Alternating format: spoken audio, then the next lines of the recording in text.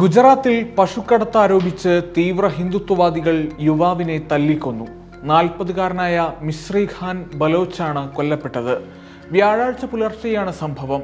കാലിക്കച്ചവടക്കാരനായ ഖാൻ കന്നുകാലികളെ ചന്തയിലേക്ക് കൊണ്ടുപോകുന്നതിനിടെയാണ് 5-അംഗ അക്രമി സംഘം ഇദ്ദേഹത്തെ മർദ്ദിച്ചു കൊന്നത്.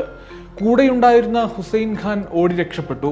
എന്നാൽ സംഭവത്തിന് പിന്നിലെ വർഗീയ ഗോരക്ഷാസേന ഗുണ്ടാ പ്രവർത്തനങ്ങൾ തള്ളിയ പോലീസ് മുൻവൈരാഗ്യത്തിന്റെ ഭാഗമായാണ് കൃത്യമെന്നാണ് പറയുന്നത്.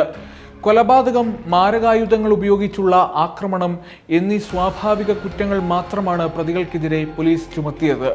അഖിരാജ് സിംഗ്, പർബത് സിംഗ് വഖേല, നികുൽ സിംഗ്, ജഗത് സിംഗ്, പ്രവീൺ സിംഗ്, ഹമീർ ഭായ് താക്കൂർ എന്നിവരാണ് കേസിലെ പ്രതികൾ.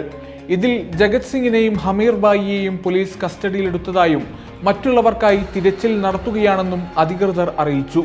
2023 ജൂലൈയിൽ പോത്തുകളെ കൊണ്ടുപോകുകയായിരുന്ന വ്യാപാരിയെ ആക്രമിക്കുകയും ജയ് ശ്രീറാം വിളിക്കാൻ നിർബന്ധിക്കുകയും ചെയ്തതുൾപ്പെടെ അഖിരാജിനെതിരെ ഹൈക്കോടതിയിൽ വിവിധ കേസുകളുണ്ട്.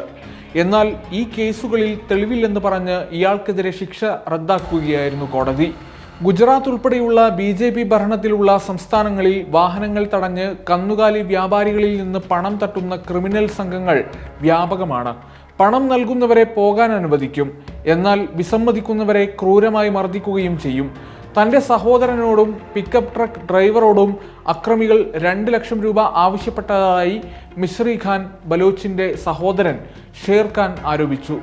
ഗോവധം ആരോപിച്ചുള്ള കൊലപാതകങ്ങൾ തടയേണ്ടത് സംസ്ഥാനത്തിന്റെ ഉത്തരവാദിത്തമാണെന്നും പ്രതികളെ കർശനമായി ശിക്ഷിക്കണമെന്നും പലതവണ സുപ്രീം കോടതിയുടെ നിർദ്ദേശമുണ്ടെങ്കിലും ആ വഴിക്കുള്ള നടപടികൾ കേസിൽ കൈക്കൊള്ളാത്തത് വിവാദമായിട്ടുണ്ട്.